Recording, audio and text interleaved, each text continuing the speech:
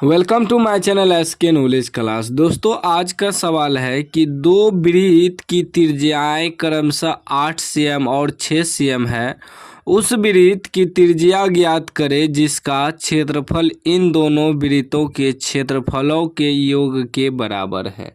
तो दोस्तों, इस तरह का सवाल बहुत पूछता है एग्जाम में, तो इस वीडियो को आपको अंत तक देखना है। अगर चैनल पर नया है तो चैनल को सब्सक्राइब कर लीजिए और घंटी को दबा के ऑल कर लीजिए।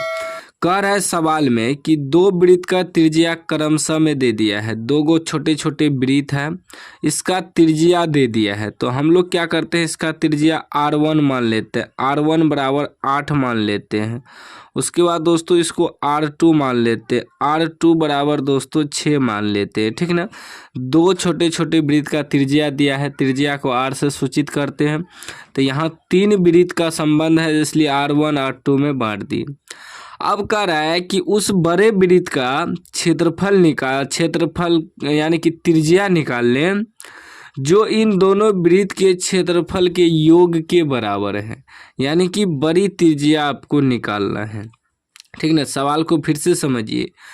कह रहा है कि ये दोनों वृत्त जो है, ठीक ना, इसका त्रिज्या हमें दिया है, लेकिन कह रहा है कि तीसरा जो वृत्त है उसका त्रिज्या निकाल ले जो कि इसका जो क्षेत्रफल है दोनों के क्षेत्रफल के योग के बराबर है, ठीक। चलिए, जब हल करेंगे तो ज़्यादा समझ में आएगा। तो दोस्तों मान लेते हैं एक वृत्त की त्रिज्या, एक वृत्त की त्रिज्या, ठीक। त्रिज्या जिसे हम लोग r1 माने हैं, कितना है 8 cm।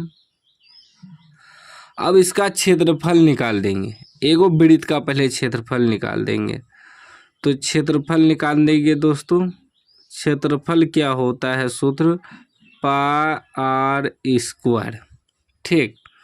तो पाई का मान पाइए रहने देंगे दोस्तों, क्योंकि बाद में कटेगा, ठीक। आर स्क्वायर, आर कितना है 8 है, तो यानी कि 8 गुना 8 कर देंगे। ये कितना निकल जाएगा दोस्तों, 8 गुना 8 करेंगे तो 8 8 64 पाई cm स्क्वायर, ठीक। एगो का क्षेत्रफल निकल गया। फिर दूसरे का क्षेत्रफल निकाल देंगे। लिखेंगे दूसरे वृत्त की त्रिज्या, ठीक। त्रिज्या यानी कि r2 कितना दिया है 6 cm, ठीक। सवाल बहुत आसान है दोस्तों, ठीक ना, लेकिन समझना आपके लिए बेहद ज़रूरी है। अगर आप समझ जाएंगे तो ज़िंदगी भर सवाल नहीं भूलेंगे, ठीक ना। समझना बेहद ज़रूरी होता है। अब इसका भी क्षेत्रफल निकाल देंगे दोस्तों। क्षेत्रफल, वृत्त का क्षेत्रफल का सूत्र होता है पाई आर स्क्वायर, ठीक। अब देखिए दोस्तों, पाई को पाइए रहने देंगे। आर स्क्वायर, आर क्या है 6 है, तो 2 बार लिखेंगे 6 गुना 6, यानी कि निकल जाएगा 6 छाके 36 पाई cm स्क्वायर क्षेत्रफल, ठीक। दूसरा वृत्त का भी क्षेत्रफल निकल गया। अब सवाल में कह रहा है तीसरा वृत्त का जो क्षेत्रफल है, तीसरा वृत्त का क्षेत्रफल ये दोनों वृत्त के क्षेत्रफल के योग के बराबर है। लिखेंगे दोस्तों तीसरे वृत्त का क्षेत्रफल, तीसरे वृत्त का क्षेत्रफल बराबर ई दोनों वृत्त के क्षेत्रफल के योग के बराबर है। सवाल में ही कर रहा है।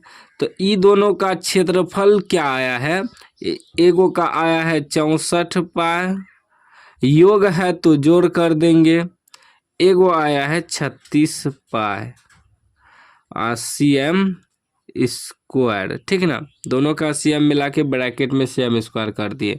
सवाल में ही कह रहा था कि इसका जो क्षेत्रफल है ये दोनों वृत्त के क्षेत्रफल के योग के बराबर है।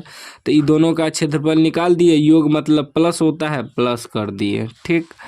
अब देखिए दोस्तों, तीसरे वृत्त का क्षेत्रफल आपका क्या होगा दोस्तों, तो वृत्त का क्षेत्रफल का सूत्र होता है पाई आर स्क्वायर, लेकिन इसका आर बड़ी है तो बड़ी आर स्क्वायर देंगे बराबर, इसको जोड़ दीजिए 64 36 6 4 10 के 0, यहाँ से ले 6 3 9 1 10 100 पाई, ठीक।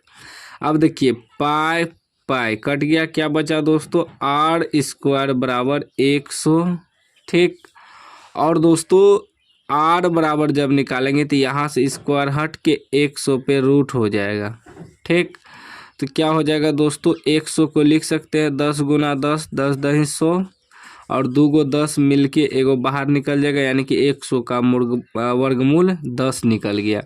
यानी कि तीसरे वृत्त का त्रिज्या आर बराबर कितना निकल गया 10 cm। यह आपका आंसर हो गया, या लिख सकते हैं तीसरे वृत्त का त्रिज्या बराबर 10 cm। तो इस तरह का सवाल बहुत पूछता है एग्जाम में दोस्तों, भले उसका त्रिज्या वगैरह चेंज कर देता है लेकिन सवाल रहता है दोस्तों। तो आप लोग एक बार प्रैक्टिस कर लीजिए दोस्तों इस तरह बना के, ठीक ना। कोई भी डाउट हो तो कमेंट बॉक्स में पूछ सकते हैं। अभी तक चैनल को सब्सक्राइब नहीं किया सब्सक्राइब कर लीजिए और घंटी को दबा कर लीजिए।